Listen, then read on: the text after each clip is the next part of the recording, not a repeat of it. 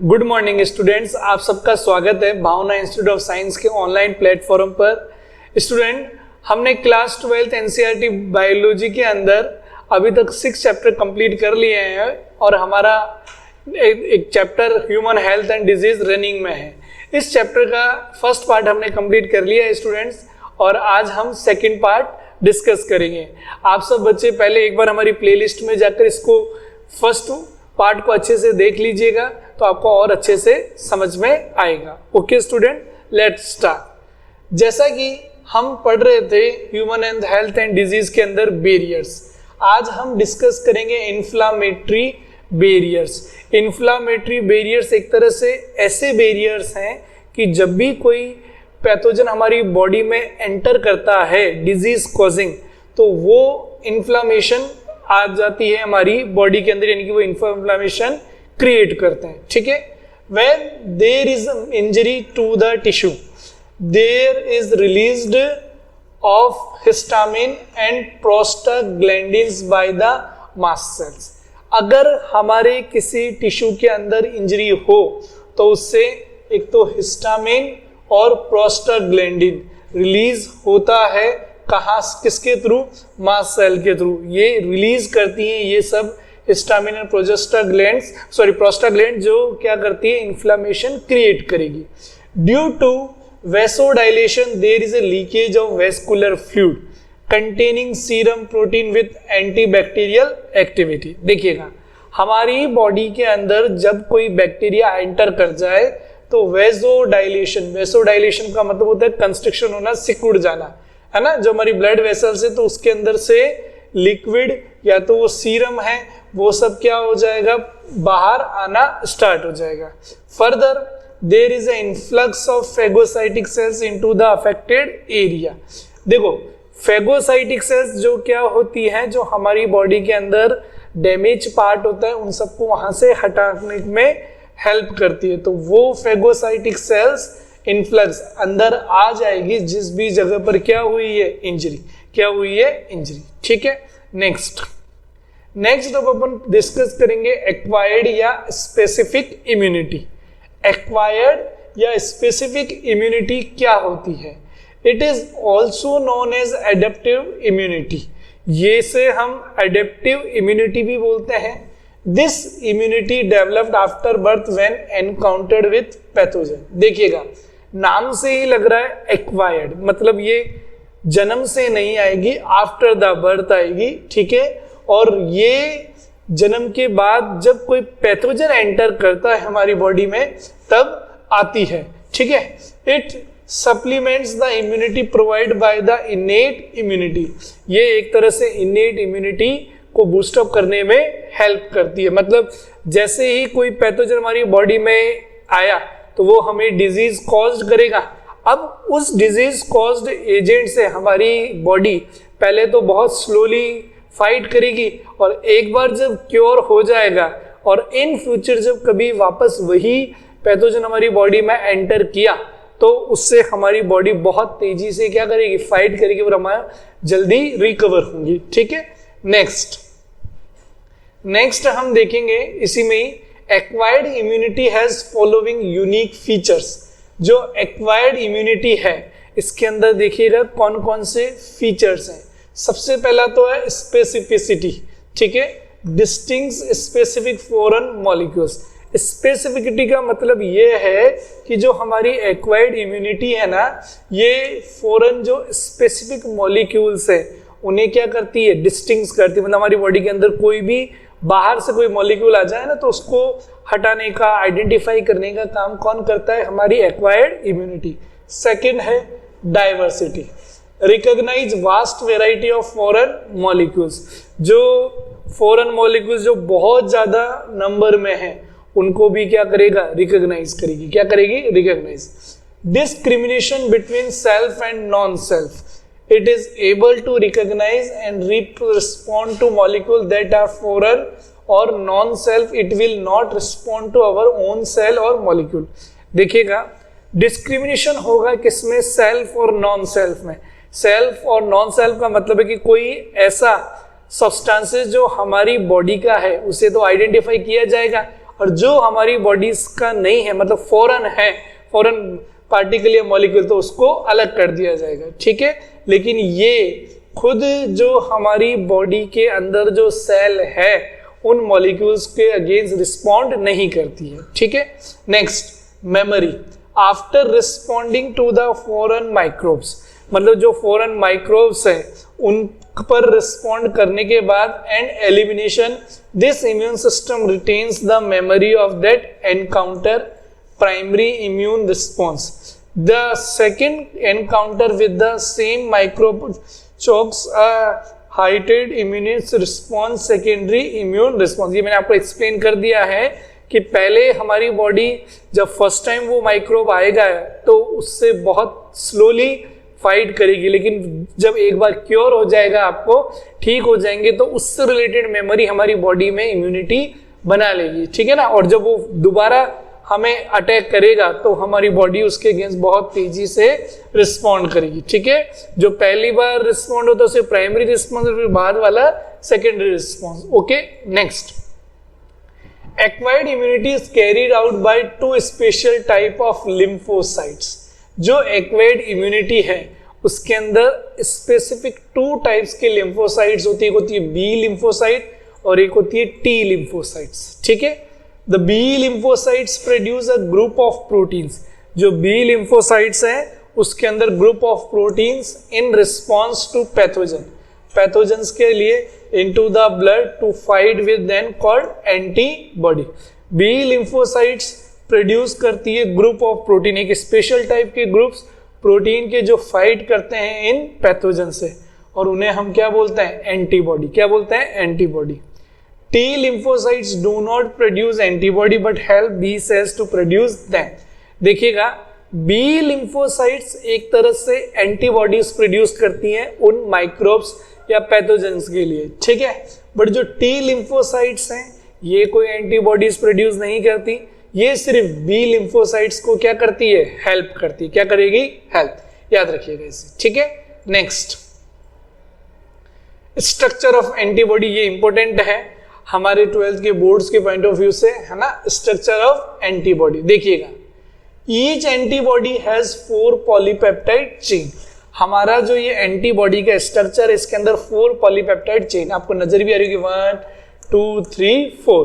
Polypeptide का मतलब ये सब किससे बने हैं, प्रोटीन से। किससे बने हुए, small. 2 small chain called light chain. 2 जो छोटी चेन्स होती है ना बेटा, इन्हें अपन क्या बोलते हैं, light chains. 2 longer chains called heavy chains, और जो 2 लंबी वाली चेन्स होती है इन्हें क्या बोलते हैं, heavy chain. Antibody represented as H2L2। जो एंटीबॉडी है इसे अपन रिप्रेजेंट करते हैं H2L2। 2H है 2L है ना, 2H है और 2L है, तो ये क्या है हमारी एंटीबॉडी, H2L2 टाइप। ये याद रखिएगा, हमारी एंटीबॉडी का टाइप है H2N-L2, okay. Different classes of antibody produce in our body are. अब अलग अलग तरह की एंटीबॉडीज हमारी बॉडी में प्रोड्यूस होती है, IgA, ठीक है, IgM, IgD, IgE और IgG। यहाँ Ig का मतलब इम्यूनोग्लोबुलिन से रिलेटेड है, ठीक है। तो ये डिफरेंट टाइप्स की एंटीबॉडीज है। ये हमारे एंटीबॉडी का जो स्ट्रक्चर है, तो देखिएगा ये लाइट चेन और ये हैवी चेन, ठीक है। यहाँ पर एंटीजन आकर बाइंड होते हैं बेसिकली, ठीक है। दोनों में ये एंटीजन बाइंडिंग साइट्स हैं, ठीक है। इनके बिटवीन डाइसल्फाइड लिंकेज बॉन्ड होता है प्रोटीन्स के, ये जो हैवी चेन और लॉन्ग चेन को बाइंड करने में। अब आगे हम पढ़ते हैं AMI और CMI में क्या डिफरेंस है ना। तो देखिएगा, immune response by the B cells, जो बी लिम्फोसाइट सेल्स है उनके थ्रू जो रिस्पॉन्स होता है इम्यूनिटी से related by production of antibody, antibody production का, is called antibody mediated immune response और ह्यूमरल इम्यून रिस्पॉन्स। कहने का मतलब है हमारी जो बी सेल्स है जो कि एंटीबॉडी का प्रोडक्शन कर रही है वो क्या कहलाती है, एंटीबॉडी मेडिएटेड इम्यून रिस्पॉन्स या humoral immune response. Immune response by T cells, जो टी सेल्स हैं जो इम्यून रिस्पॉन्स प्रोड्यूस करती है is by activation of cytotoxic killer cell which detect and destroy the foreign cells and also cancerous cells called cell mediated immune responses.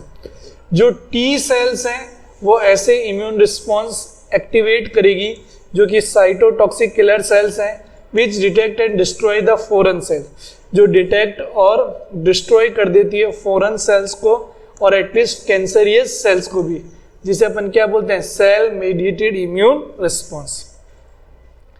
Rejection of organs transplants are due to T lymphocyte. याद रखिएगा, जब भी हम किसी person के अंदर organ transplant करते हैं और उस ऑर्गन को जब हमारी बॉडी रिजेक्ट कर देती है तो वो किसके थ्रू होता है? टी लिम्फोसाइट्स के through. Tissue matching, blood group matching are essential for organ transplantation. जब भी अपन किसी पर्सन में ऑर्गन ट्रांसप्लांट करते हैं तो टिश्यू की matching, blood group matching essential होती है. ठीक है. Even after tissue typing immune suppressants is required before and after transplantation. देखिएगा, जब किसी पर्सन के अंदर टिश्यू मैचिंग या ऑर्गन ट्रांसप्लांट कर दिया जाता है तो उसके बाद भी इम्यूनोसप्रेसेंट एजेंट आपको चाहिए, जो क्या है हमारे इम्यून सिस्टम को बेटर रखे, खराब ना करे. ठीक है.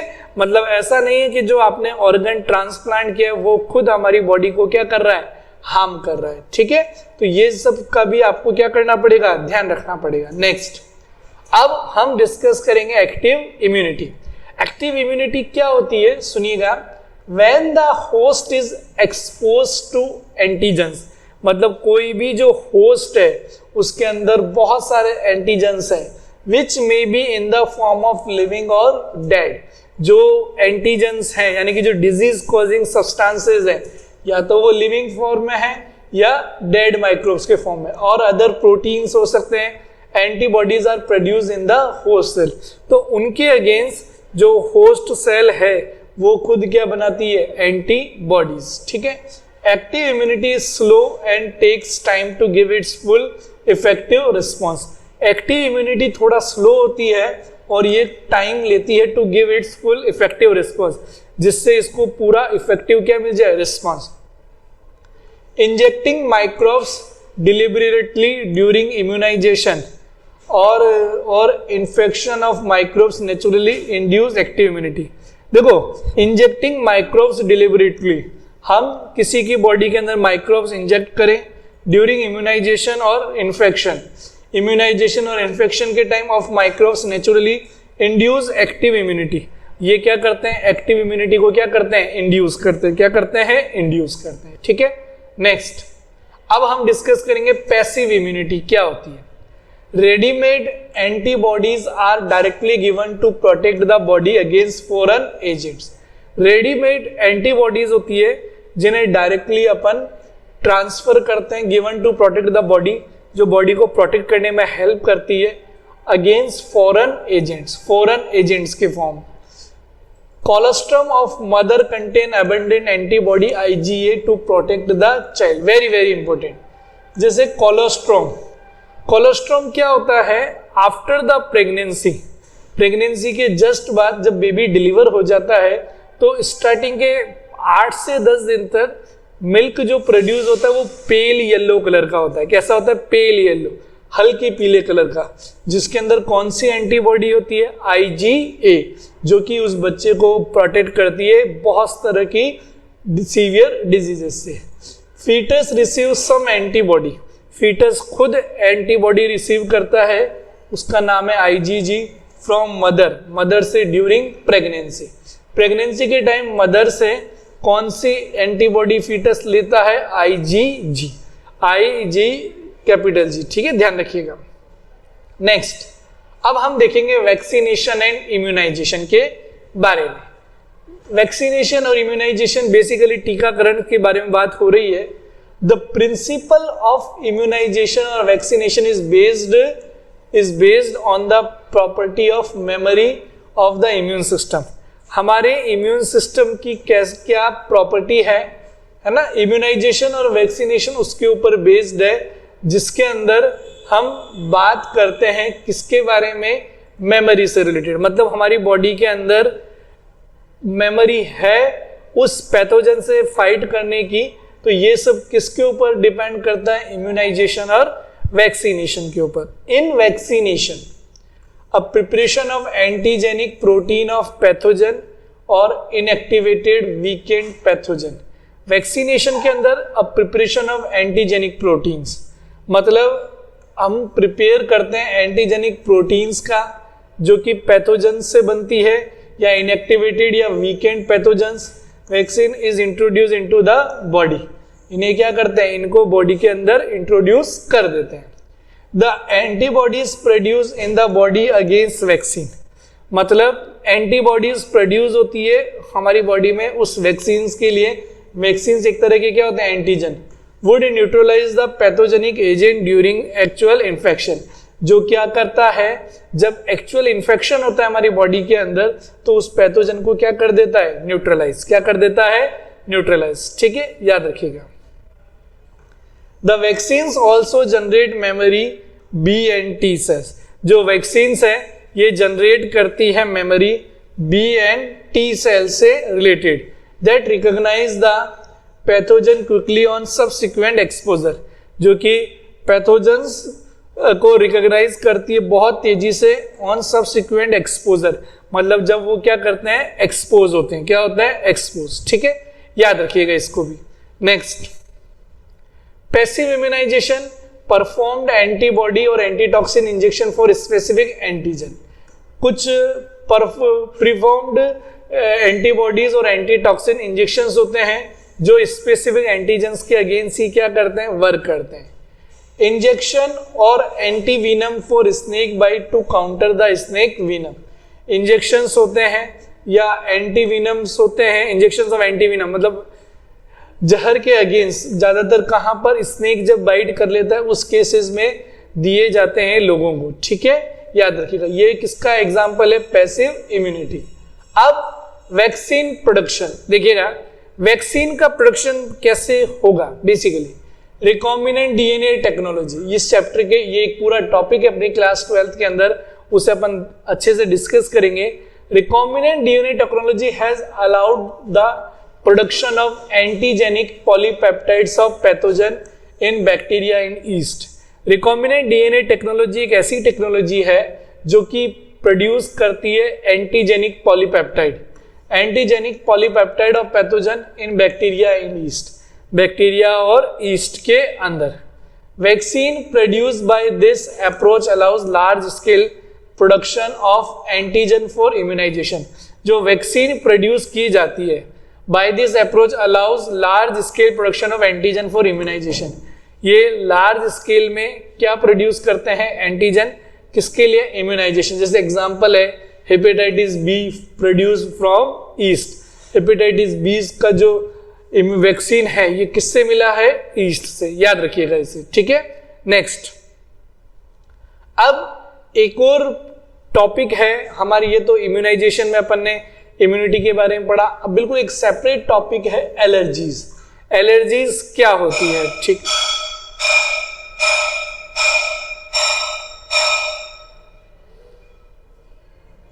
एलर्जीज देखिएगा, एलर्जीज क्या होती है? The exaggerated response of the immune system to certain antigen present in the environment is called allergy. देखिएगा, हमारी बॉडी का एक तरह से एक्स एग्रीगेटेड रिस्पॉन्स होना, किसके लिए? इम्यून सिस्टम का।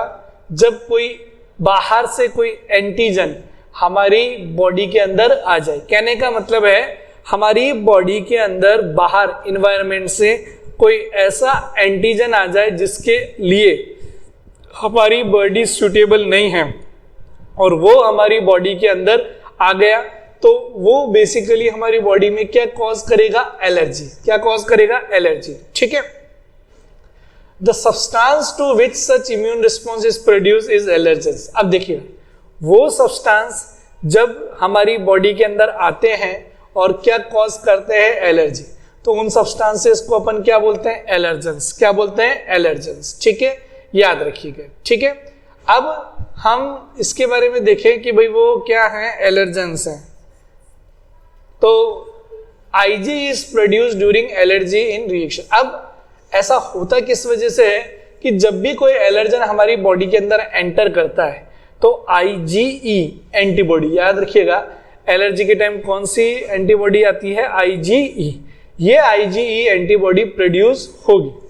Common allergens are dust. अब जो कौन कौन से एलर्जेंस होते हैं, डस्ट जिनसे एलर्जी हो सकती है, डस्ट है, पोलन है, एनिमल डेंडर एसेट्रा, मतलब ये एनिमल्स पर लगने वाले छोटे छोटे इंसेक्ट उनकी बॉडी पर, ज्यादातर हेयर्स पर, है ना। Common symptoms are sneezing. अब किसी पर्सन को एलर्जी है तो उसकी बॉडी के अंदर जो सबसे कॉमन सिम्टम्स है स्नीजिंग। क्या होगा, स्नीजिंग, वाटरी आइज, आंखों में क्या आएगा, पानी आएगा, ठीक है, running nose etcetera. Allergy is due to release of histamine and serotonin from the mast cell. Allergy होने का मेन कारण क्या है कि हमारी बॉडी के अंदर मिलने वाली जो मास्ट सेल है वो कौन सा केमिकल रिलीज करती है, हिस्टामिन एंड सेरोटोनिन। कौन सा केमिकल, हिस्टामिन एंड सेरोटोनिन, जो क्या कॉज करेगा हमारी बॉडी के अंदर, एलर्जी, ठीक है। Drugs like antihistamine, adrenaline and steroid quickly reduce symptoms of allergy. देखिएगा अगर हम ऐसी मेडिसिन लें जैसे जो कि एंटीहिस्टामिन हो, एड्रेनलिन हो, स्टेरॉइड्स हो, तो ये क्विकली एलर्जी के सिम्टम्स को क्या कर देती है, खत्म। क्या कर देती है, खत्म। मतलब इन मेडिसिन को यूज में लिया जाता है जब किसी पर्सन को क्या हो, एलर्जी, ठीक है। क्यों, क्योंकि ये हिस्टामिन के अगेंस्ट है, ये सेरोटोनिन, स्टेरॉइड्स हैं जो इनको कम करने का काम करते हैं, ठीक है। नेक्स्ट, अब हम बात करते हैं ऑटो इम्यूनिटी के बारे में, मतलब खुद हमारी बॉडी की, ठीक है ना। Memory based acquired immunity able, जो मेमोरी बेस्ड एक्वायर्ड इम्यूनिटी है, मेमोरी के बेसिस पर, able to distinguish foreign molecules और cells from a self cells. ये एबल होती है फॉरेन मॉलिक्यूल्स को सेपरेट करने के लिए सेल्फ सेल, खुद ही से, खुद की सेल से, या खुद जो सेल्स उसके अंदर फॉरेन मॉलिक्यूल्स आते तो उनको अलग कर देगी। Sometimes due to genetic and other unknown reasons the body attack self cell. कभी कभी क्या होता है, या तो जेनेटिक या किसी और रीजन से बॉडी की खुद सेल्स खुद पर क्या कर देती है, attack. This result in damage to the body cells and called autoimmune disease. इसका वजह से बेसिकली जो हमारी बॉडी की सेल्स है ये क्या हो जाएगी, डैमेज, और इसे अपन बोलते हैं ऑटो इम्यून डिजीज, जिसका एग्जाम्पल है रूमेटेड आर्थराइटिस, मल्टीपल स्क्लेरोसिस। ये डिजीज के नाम है किसके, ऑटो इम्यून डिजीज के। Immune system in our body. अब हमारी बॉडी के अंदर जो इम्यून सिस्टम है देखिएगा, उसके अंदर एक तो लिम्फोइड ऑर्गन्स होते हैं, लिम्फोइड टिश्यूज होते हैं, टी और बी सेल्स होती है, और एंटी बॉडीज होती है। तो ये हमारे इम्यून सिस्टम के क्या है, पार्ट है। Immune system recognise the foreign antigens. जो हमारा इम्यून सिस्टम है ये रिकॉग्नाइज करता है फॉरेन एंटीजन, जो बाहर से एंटीजन्स हैं उनको, responds to them and remembers them, ये उनके अगेंस्ट रिस्पॉन्ड करता है और उन्हें याद भी रखता है। The immune system also play important role.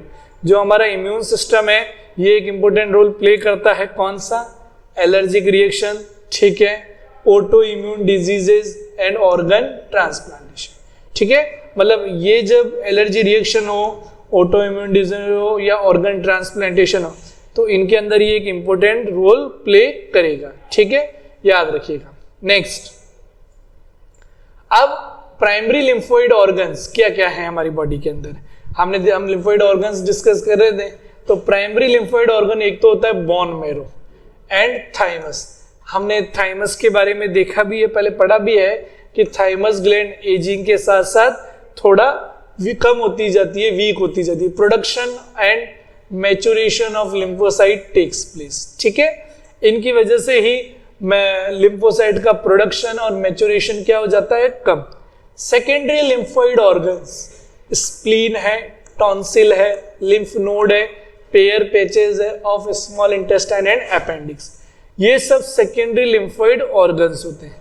Where proliferation and differentiation of lymphocyte takes place, जहां पर लिम्फोसाइट्स का प्रोलिफरेशन और डिफरेंशिएशन होगा।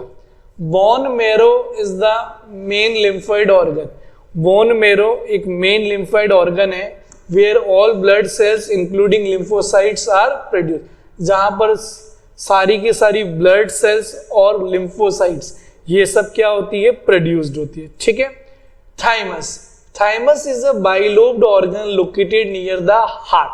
हमारे हार्ट के जस्ट पास में एक थाइमस ग्लैंड है, ये एक तरह से बाइलोब्ड, टू लोब्स होते हैं, ऑर्गन है जो कि present beneath the breast bone के नीचे। B lymphocytes are produced and matured in bone marrow. जो बी लिम्फोसाइट्स है ये मैच्योर और प्रोड्यूस होती है कहां पर, बोन मेरो में। T lymphocytes are produce in bone marrow but matured in thymus. T lymphocyte कहां पर प्रोड्यूस होती है, बोन मेरो में, लेकिन मैच्योर कहां होती है, थाइमस के अंदर। ठीक है, याद रखिएगा। Next, the spleen. स्प्लीन क्या होता है? The large bean shaped organ mainly contain lymphocytes and phagocyte. जो लार्ज बीन शेप्ड ऑर्गन है जिसके अंदर बेसिकली लिम्फोसाइट्स और फेगोसाइट्स सेल्स होती है, इसे हम क्या बोलेंगे, spleen. Acts as a filter of the blood by trapping blood borne microorganism. ये एक तरह से फिल्टर का काम करता है ब्लड को, ठीक है, by trapping blood borne microorganism. जो ब्लड बॉर्न माइक्रो ऑर्गेनिज्म होता है ना, उनको ट्रैप करके। Spleen is also serves as a large reservoir of erythrocyte.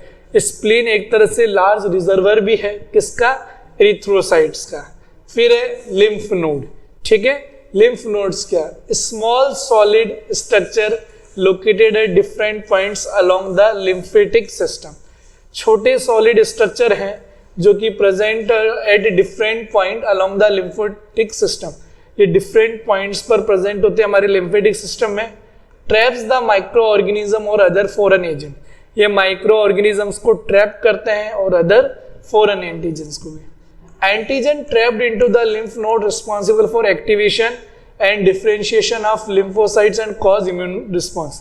जो एंटीजन्स हैं trapped into the lymph node, जिन्हें लिम्फ नोड में ट्रैप्ड किया जाता है, responsible for activation and differentiation of lymphocytes.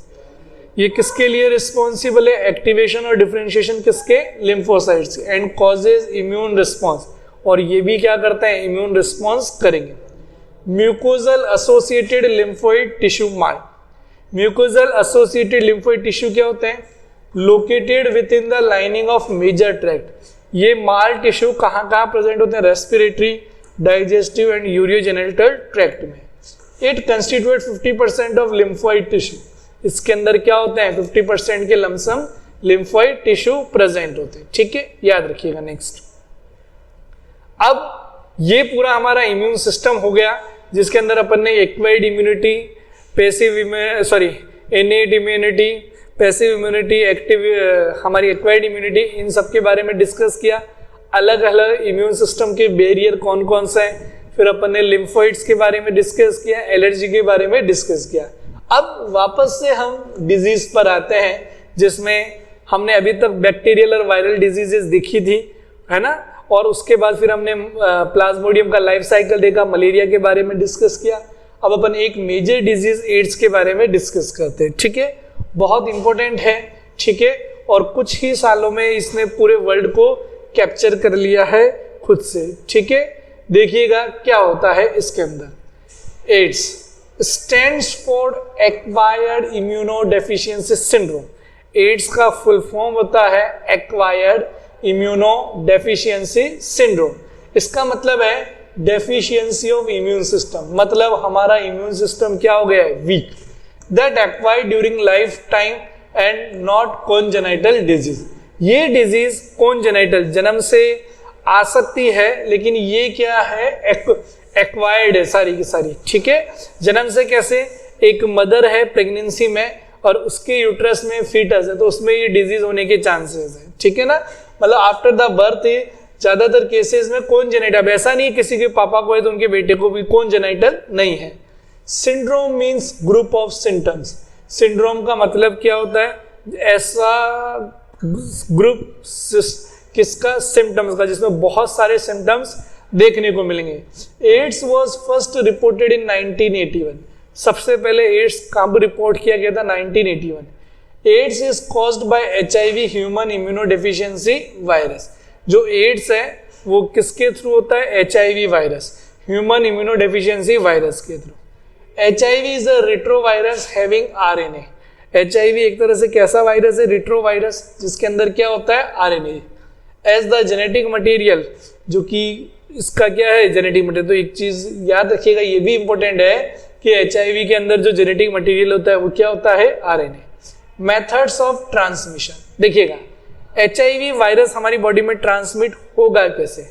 Sexual contact with infected person, सबसे ज्यादा यही रीजन है, ठीक है, HIV ट्रांसमिशन का, एड्स कॉजिंग का, कि कोई भी ऐसा पर्सन जो HIV पॉजिटिव है या इन्फेक्टेड है तो उसके साथ sexual contact. Transfusion of contaminated blood and blood product, देखिएगा हम कंटेमिनेटेड ब्लड का ट्रांसफ्यूजन का मतलब ऐसा ब्लड अपन किसी पर्सन में ट्रांसफर कर दें जिसमें ब्लड में क्या हो? HIV वायरस है।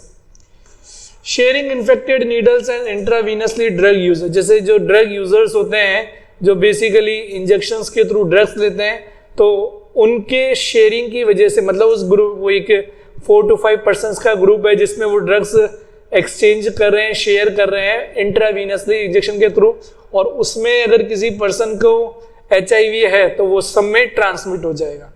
From infected mother to the foetus through placenta, ये मैंने आपको बता ही दिया, एक इन्फेक्टेड मदर को फीटस में आ जाएगा किसके थ्रू? प्लेसेंटा। अब समझिएगा लाइफ साइकिल ऑफ HIV, ये तो हमने बता दिया कि HIV क्या होता है और ये कैसे कैसे ट्रांसफर होता है। अब हम बात करेंगे life cycle of HIV virus के बारे में। After getting into the body, जैसे ही ये बॉडी में जाएगा, the HIV enter into macrophages of T helper sales. तो ये HIV वायरस हमारी बॉडी के अंदर जो T हेल्पर सेल है उसकी मैक्रोफेज में चला जाएगा। The viral genome replicated to form viral DNA, हमारे यहाँ पर जो वायरल RNA जीनोम है ये रेप्लिकेट करेगा to form a viral DNA with the enzyme reverse transcriptase. ठीक है, हमने मॉलिक्यूलर बायोलॉजी में पढ़ा था ट्रांसक्रिप्शन, जहां पर DNA से क्या बनता है? RNA, ठीक है, और यहाँ पर है रिवर्स ट्रांसक्रिप्शन, इसका मतलब क्या? RNA से क्या बनेगा? DNA। The viral DNA gets incorporated into the host cell, जो ये वायरल DNA है ये वापस कहाँ चला जाएगा? होस्ट सेल के अंदर। Its DNA by enzyme called integrase and direct the integrase and the directly infected cells to produce virus particle. ठीक है, बेसिकली ये जो एंजाइम है ये हमारी बॉडी के अंदर इस वायरल DNA को इंटर करते ही वहां पर इन्फेक्टेड सेल्स को क्या करेगा? ये वायरल पार्टिकल्स ट्रांसफर कर देगा। The macrophage continues to produce virus and act as the HIV factory, जो ये मैक्रोफेज है ये कंटिन्यूसली क्या प्रोड्यूस करेंगे? वायरसेस और एक तरह की HIV factory. There is progressive reduction in the number of T helper cells, जिससे होगा क्या कि T हेल्पर सेल्स के नंबर्स कंटिन्यूसली क्या होंगे? Decrease. Due to reduction of the T helper cells the person start suffering from infections of other viruses, fungi and even parasite like toxoplasm. जब इन T helper cells में रिडक्शन हो जाएगा sales के अंदर, तो वो पर्सन क्या है? सफर करने लग जाएगा इन्फेक्शन और other viral fungal parasitic diseases से। The patient becomes immunodeficient and more prone to other diseases. ऐसे पर्सन की क्या होगी? जो बॉडी है वो लेस इम्यून रिस्पॉन्ड करेगी और क्या होगा? वो पर्सन बहुत तेजी से अलग अलग तरह की बीमारियों से क्या होगा? सफर होगा। ये एक डायग्राम के थ्रू भी आपको एक्सप्लेन कर दें, हमारी NCERT के अंदर है डायग्राम, देखिएगा। ये रिट्रोवायरस हमने बताया HIV है ना, viral RNA core, viral protein code, ये इन्फेक्टेड सेल के अंदर जाएगा, एनिमल के अंदर, उसके प्लाज्मा मेम्ब्रेन को कट करेगा, ये वायरल DNA बन जाएगा किसके थ्रू? रिवर्स ट्रांसक्रिप्शन के थ्रू। यहां से ये होस्ट के जीनोम में जाएगा। अब होस्ट में DNA है, दोनों एक दूसरे को सिमिलर मानेंगे और बहुत सारे नंबर्स में वायरस पार्टिकल्स क्या करेंगे? प्रोड्यूस करेंगे, और ये और सेल को भी क्या कर देगा? इन्फेक्ट कर देगा। ठीक है, नेक्स्ट डायग्नोस। अब किसी पर्सन को अगर मान लीजिए HIV है या एड्स है तो उसका डायग्नोसिस कैसे होगा? सबसे पहले एलाइजा। एंजाइम लिंक्ड इम्यूनोसॉर्बेट ऐसे, ये एक टेस्ट होता है जिसके थ्रू पता लगता है। एक और टेस्ट होता है वेस्टर्न ब्लॉटिंग टेस्ट, ठीक है। प्रिवेंशन ऑफ एड्स, अब एड्स से कैसे बचा जा सकता है। एड्स हैज नो क्योर, देखिएगा एक ही ऐसी इकलौती बीमारी है जिसका कोई क्योर नहीं, मतलब कभी ठीक नहीं होगी, मतलब एक बार आपको हो गई तो ये ठीक कभी नहीं होगी, ठीक है ना।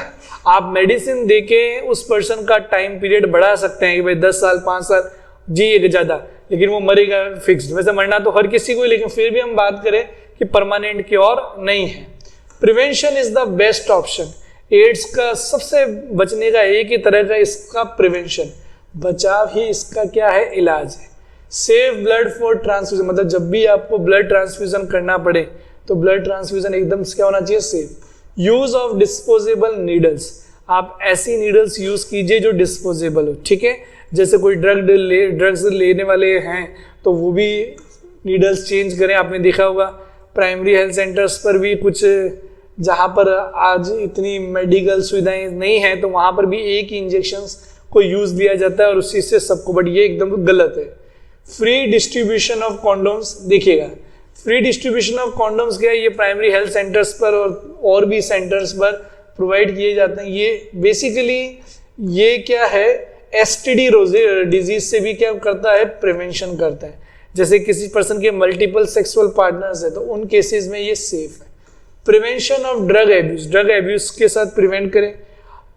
Advocating safe sex and promoting regular checkup, ठीक है। हमेशा इस चीज को ध्यान रखें, और अगर आपको ऐसे सिम्टम्स नजर आ रहे हैं तो बेसिकली आपको रेगुलर चेकअप कराना चाहिए अपना, ठीक है। नेक्स्ट डिजीज है, ये भी बहुत फैटल है, कैंसर, ठीक है। क्या है cancer? Uncontrolled cell division leads to production of mass of cells called cancer. देखिएगा कैंसर के अंदर बेसिकली होता क्या है कि जो सेल डिवीजन होता है वो अनकंट्रोल्ड हो जाता है, मतलब वन सेल डिवाइड होकर रुकती नहीं है, कंटिन्यूसली डिवाइड होती रहेगी और सेल्स का एक मास बन जाएगा और वो मास ही क्या होता है, cancer. Cancerous cells lost of property of contact inhibition, मतलब कॉन्टेक्ट इनहिबिशन की प्रॉपर्टी, मतलब कॉन्टेक्ट में आते रुक जाए नहीं, ये कंटिन्यूसली क्या करती है, डिवाइड करती है, इस प्रॉपर्टी को खत्म कर देती है। Cancerous cells just continue to divide giving rise to mass of cells called tumour. Cancerous cells continuously divide करती है जिससे बहुत ज्यादा मास हो जाता है सेल का, जिसे अपन क्या बोलते हैं, ट्यूमर्स। ट्यूमर्स दो तरह के होते हैं, बिनाइन और मैलिग्नेंट। दो तरह के ट्यूमर देखने को मिलते हैं।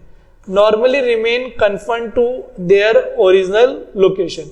बिनाइन ट्यूमर ऐसे ट्यूमर्स होते हैं जो उनकी लोकेशन होती है ओरिजिनल, सिर्फ वहीं पर होते हैं, आगे स्प्रेड नहीं होते। Do not spread to other location, causes little damage, और इनसे डैमेज भी इतना नहीं होता। Malignant mass of proliferating cells called neoplastic और ट्यूमर सेल्स, इसके अंदर जो मास है नियोप्लास्टिक फ्लूइड का वो बढ़ जाएगा।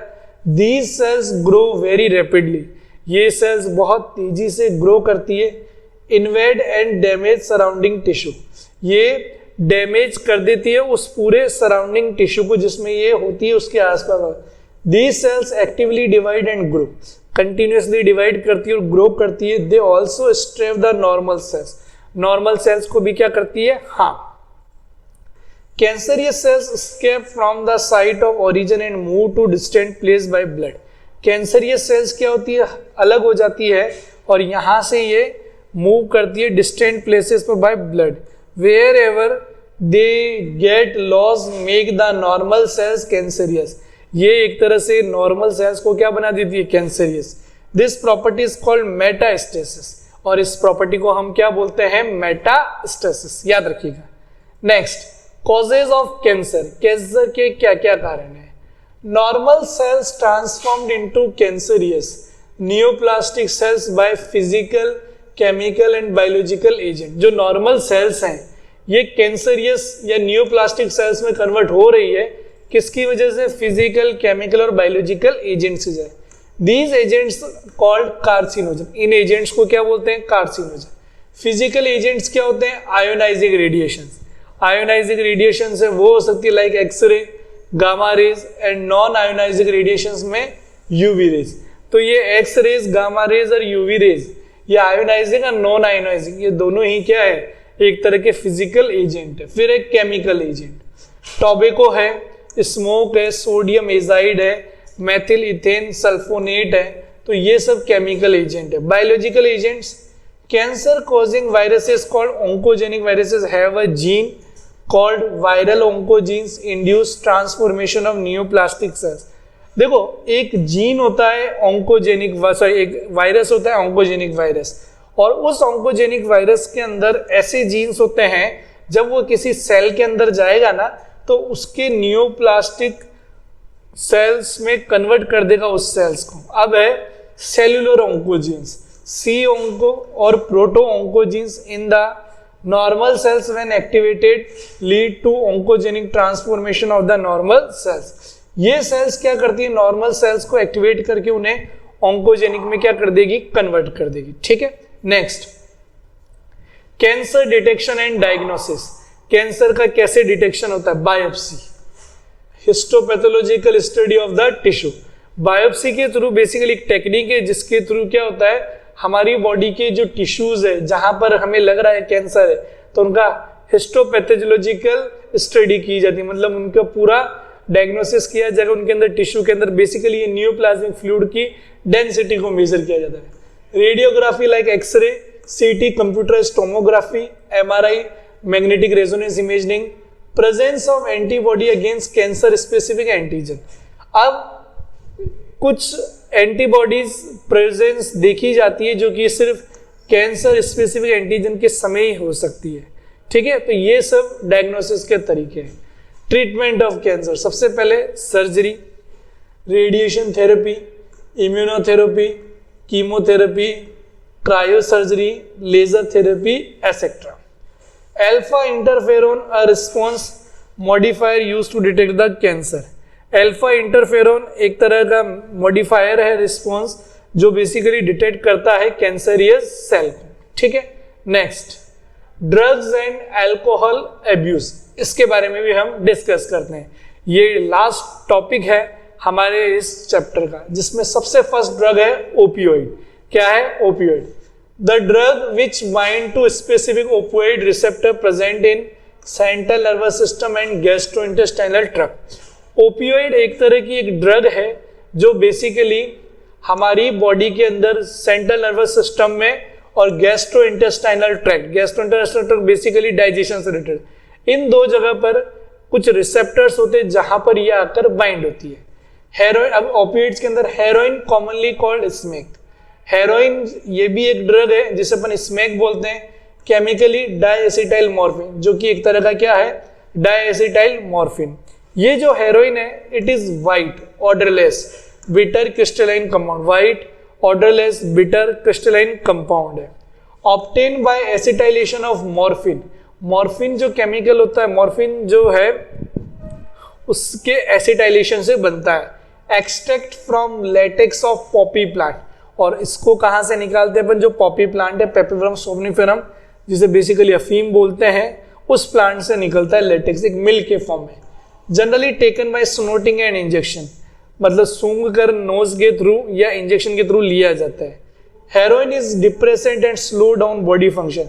जब भी कोई पर्सन इन्हें ले लेगा तो ये एक तरह से डिप्रेसेंट है और उनके बॉडी फंक्शंस को क्या कर देगी, स्लो कर देगी। ठीक है, नेक्स्ट फिर है cannabinoids, group of chemicals that interact with the cannabinoid receptor of brain. Chemicals का ऐसा ग्रुप जो कि इंटरेक्ट करता है कैनेबिनॉइड रिसेप्टर्स से, जो कहां पर प्रेजेंट है, हमारे ब्रेन के अंदर। Obtain from inflorescence of cannabis sativa, plant है कैनाबिस सैटिवा, उसके इन्फ्लोरेसेंस से अपन को क्या मिलता है, हमें कैनेबिनॉइड्स। क्या मिलेंगे, कैनेबिनॉइड्स, याद रखिएगा।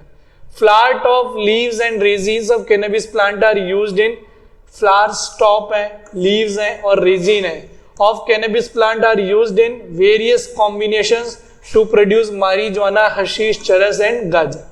इन सब प्लांट्स की जो टॉप है, लीव्स हैं, रेजिन्स हैं, तो इन सब के जो कॉम्बिनेशंस हैं उनसे मारिजुआना, हशीश, चरस और गांजा बनाए जाते हैं। Generally taken by inhalation and oral injection, या तो इन्हें ओरली या इनहेलेशन के थ्रू लिया जाएगा।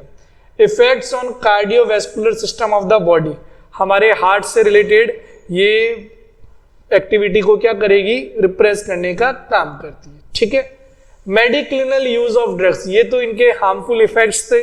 अब इन्हीं ड्रग्स को अपन मेडिक्लिनल भी यूज करते हैं, जैसे barbiturates, amphetamines, benzodiazepines, lysergic acid, diethylamide, LSD used as medication to help patients cope with mental illness.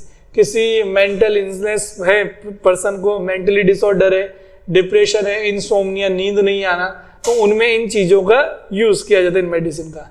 Morphine is a very effective sedative and pain killer used for surgery patient. After surgery बेटा anaesthesia का जब impact कम हो जाएगा तो person को severe pain होगा, तो उस केस में मॉर्फिन दिया जाता है। मॉर्फिन अफीम ही एक तरह से ये बहुत अच्छा सेडेटिव और पेन किलर है। ठीक है, बट एक्सेसिव यूज नहीं, अंडर डॉक्टर कंसल्टेंट दिया जाता है। Plant product with hallucinogenic property have used as अ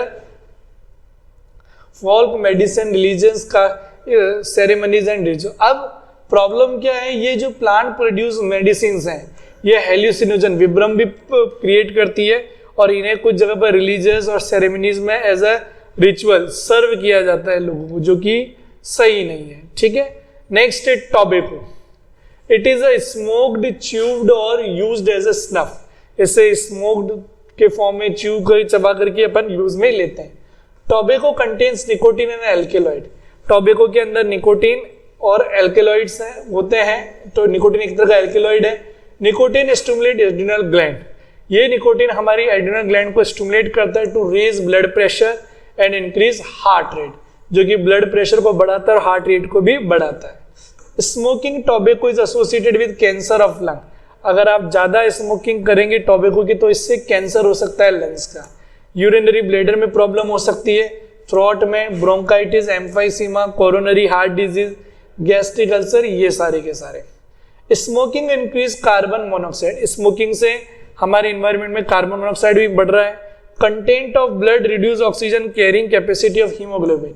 हमारी बॉडी के अंदर जो ब्लड है वो उसकी जो हीमोग्लोबिन को ले जाने की जो कैपेसिटी है वो भी क्या हो रही है, कम। Tobacco chewing is associated with the cancer of oral cavity.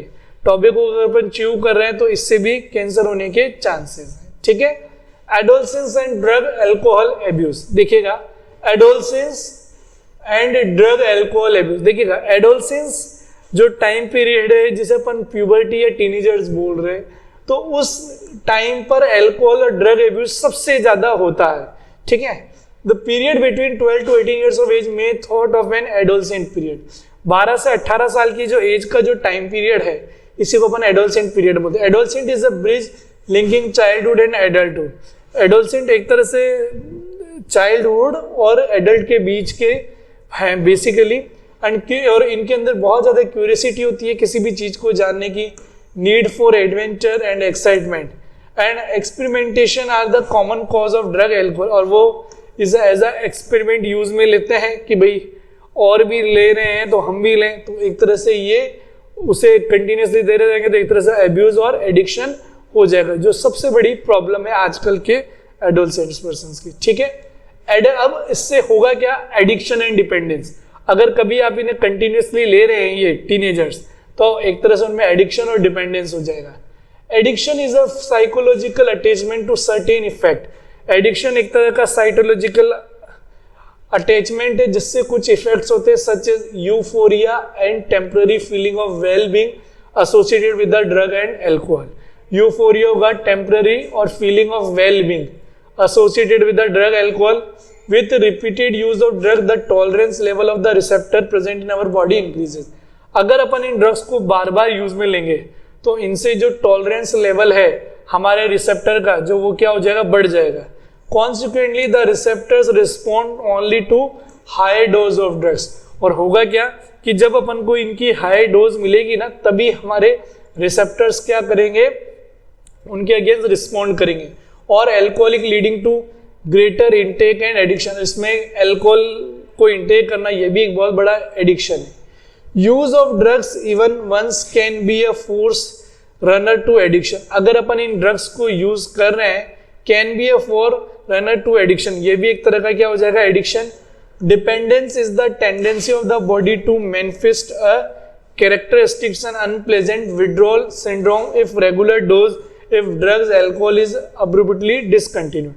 अगर कंटिन्यूसली देते रहेंगे तो इनका डिपेंडेंस क्या हो जाएगा, बढ़ जाएगा और ये एक तरह से आपको बहुत ज्यादा हार्म करेंगे. Withdrawal syndromes characterized by anxiety, shakiness, nausea and sweating. अगर इनको मना करेंगे तो इन पर्सन्स के अंदर एंजाइटी, शेकिंगनेस, नोजिया और स्वेटिंग ऐसे आपको सिम्टम्स दिखने को मिलेंगे. ठीक है. नेक्स्ट, इफेक्ट्स ऑफ ड्रग और एल्कोहल क्या है सुनिएगा. अब इनके इफेक्ट्स क्या होंगे. Immediate effects are reckless behaviour, बहुत बेकार सा बिहेवियर करेंगे. वैंडलिज्म एंड वायलेंस, हो सकते हैं ये वायलेंट भी हो जाए. एक्सेसिव डोज ऑफ ड्रग में लीड टू कोमा, अगर इनकी ज्यादा डोज ले ली तो वो कोमा में चले जा सकते हैं. Death due to respiratory failure, heart failure और cerebral haemorrhage. Warning sign of drug and alcohol abuse among youth include. अब देखो कौन कौन से वार्निंग साइंस होते हैं जिन्हें अपन को पता लगाना चाहिए कि ऐसा हो रहा है अगर एडोलसेंट्स में. तो क्या, ड्रॉप इन एकेडमिक परफॉर्मेंस, उनकी जो एकेडमिक परफॉर्मेंस है वो लगातार कम हो रही है. अनएक्सप्लेन्ड एब्सेंस फ्रॉम स्कूल और कॉलेज. ठीक है. Lack of interest in personal hygiene, withdrawal, isolation, depression, fatigue, aggressive and rebellious behaviour, deteriorating relationship with family and friends, मतलब किसी के साथ सही नहीं बिहेवियर है ना. Loss of interest in hobbies, सारी जो हॉबीज है उनमें खत्म होना, loss. Change in eating and sleeping habit, खाने का और स्लीपिंग हैबिट चेंज होना. Fluctuation in wait and appetite. Intravenous drug user more prone to acquire infection like AIDS and hepatitis. अब ऐसे जो ड्रग एडिक्ट पर्सन जो इंट्रावीनसली ड्रग्स ले रहे हैं तो उसके अंदर एड्स और हेपेटाइटिस होने का सबसे ज्यादा चांसेस है. The chronic use of drugs and alcohol damage nervous system and causes liver cirrhosis. अगर अपन लंबे समय तक इन ड्रग्स और अल्कोहल को लेंगे तो इसके अंदर लीवर कायरोसिस होने के चांसेस हैं. Use of drug and alcohol during pregnancy affect the foetus. अगर आप ड्रग या अल्कोहल ले रहे हैं तो इसका प्रेगनेंसी के टाइम भी क्या होगा, बहुत ज्यादा इंपैक्ट होगा. ठीक है. Prevention and control, avoid under peer pressure, education and counselling, seeking help from parents and peers, looking for danger signs, seeking professional and medical helps. ठीक है. तो ये सब है पार्ट जिनसे अपन को प्रिवेंशन, ये कुछ एब्रिविएशंस हैं, full forms. PMNL, polymorphic nuclear leukocyte, CMI, cell mediated immunity, enzyme linked immunosorbent, ऐसे ये हमने चैप्टर्स में डिस्कस किए हैं. Human leukocyte antigen, mucosal associated lymphoid tissue, severe combined immunodeficiency, national AIDS control organisation. ये बेसिकली गवर्नमेंट ऑर्गेनाइजेशन है जो कि HIV को प्रमोट कर रही है, बेसिकली उससे अवेयरनेस आए. ठीक है. MRI, magnetic resonance imaging, CT, computerised tomography, इन सब टॉपिक्स के बारे में हमने डिस्कस किया हुआ है. ठीक है. तो ये टॉपिक हमारा कंप्लीट है पूरा. आई होप आपको अच्छे से समझ में आया होगा. ठीक है. नेक्स्ट चैप्टर हम नेक्स्ट क्लास में डिस्कस करेंगे. ठीक है. Thank you everyone.